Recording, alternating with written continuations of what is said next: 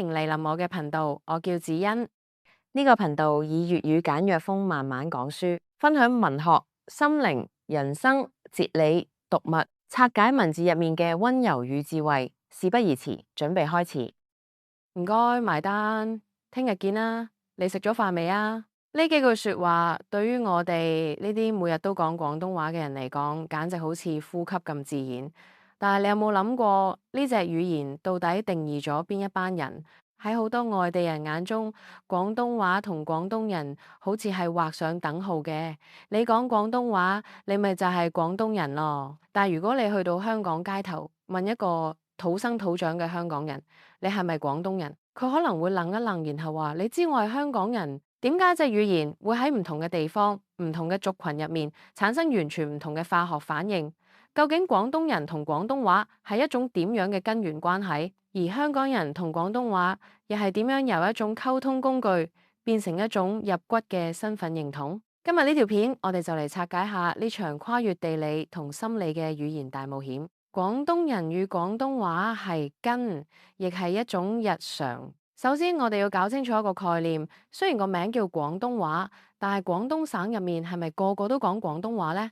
答案係絕對唔係。廣東其實係一個文化好多元嘅地方，基本上係三足鼎立。除咗我哋最熟悉以廣州話為代表嘅粵語之外，仲有潮汕人講嘅潮汕話，同埋遍佈山區嘅客家話。對廣東人嚟講，廣東話或者佢哋會叫白話，係一種強勢嘅文化母語。廣州作為2000年嘅商貿重鎮，廣州話自然就變成了嶺南地區嘅普通話。或者對比廣東話同普通話發音嘅字眼，例如走，在廣東話是跑，食是吃。點解廣東人對廣東話咁自豪？因為呢隻語言真係好古雅。我哋而家講緊嘅廣東話，其實保留咗好多唐宋時期嘅中古漢語特指，例如9聲6調，比起普通話嘅4聲，廣東話講起嚟更加有抑揚頓挫，更有音樂感。你用廣東話讀唐詩，你會發現嗰種押韻係普通話完全做唔到嘅。所以對於廣東人嚟講，廣東話係一種血脈嘅連結。就算而家好多後生仔女喺學校講普通話，但係返到屋企同爺爺嫲嫲講返句白話，嗰種香煙就係佢哋嘅根。呢種關係係一種地緣文化嘅傳承，係一種我哋係自己人嘅默契。但係當呢隻語言去到南面幾十公里外嘅香港，佢嘅生命力就發生咗一場驚天動地嘅變異。香港人與廣東話由方言進化成護城河。如果話廣東話喺廣東係根，咁喺香港，廣東話就係呢座城市嘅靈魂。你要明白，香港以前係一個移民城市，由50年代開始，由五湖四海落嚟嘅人，有人講上海話，有人講台山話，但係點解最後大家會一齊講廣東話？呢個就要多謝70年代香港流行文化嘅爆發。當時嘅廣東歌、電視劇同電影將廣州話進行咗一種香港式嘅精煉。我哋開始加入大量嘅英文借詞，好似 check 下個 file，佢好 pure 好 true。呢種中西合璧、靈活變通嘅語言，正正就係香港人嘅寫照，快、準、狠，而且唔守舊。對香港人嚟講，廣東話唔再只係一種香煙。佢係一種身份嘅標籤。喺海外，如果你聽到有人講廣東話，你第一個反應未必係問佢你係咪廣東省人，而係會問你係咪香港人。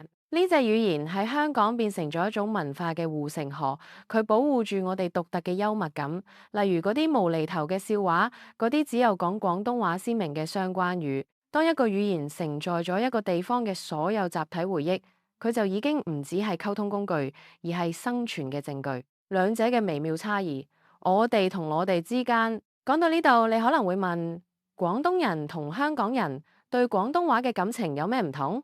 簡單嚟講，廣東人對廣東話係一種守望，佢哋擔心嘅係後生一輩唔再講，擔心呢隻古老嘅語言會喺推普嘅大環境下被淡忘。對佢哋嚟講，廣東話係文化遺產。但係對香港人嚟講，廣東話係一種堅持。我哋係將廣東話融入到所有法律、新聞、教育同埋最尖銳嘅政治討論入面。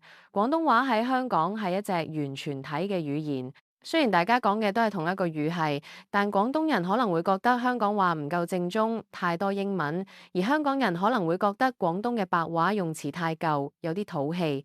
呢種微妙嘅嫌棄，其實係因為兩地喺過去100年行咗兩條完全唔同嘅路。但係有趣嘅係，無論我哋點樣互選，當大家一齊去到外國，聽到一句喂唔該謝謝，嗰種親切感依然係無可取代。語言嘅未來，廣東話會唔會消失？每隔幾年就會有人提出呢個疑問，但我相信只要仲有人覺得執生好形容得貼切過隨機應變，只要仲有人會因為一首廣東歌而流淚，呢隻語言就會一直進化落去。無論你係邊度人，只要你依然熱愛呢只有9個聲調、有無數粗口同埋有無盡生命力嘅語言，我哋就係自己人。今日條片就到呢度，如果你都係講廣東話大嘅，記得喺下面留言，寫低一句你最中意嘅廣東話俗語，我哋下條片。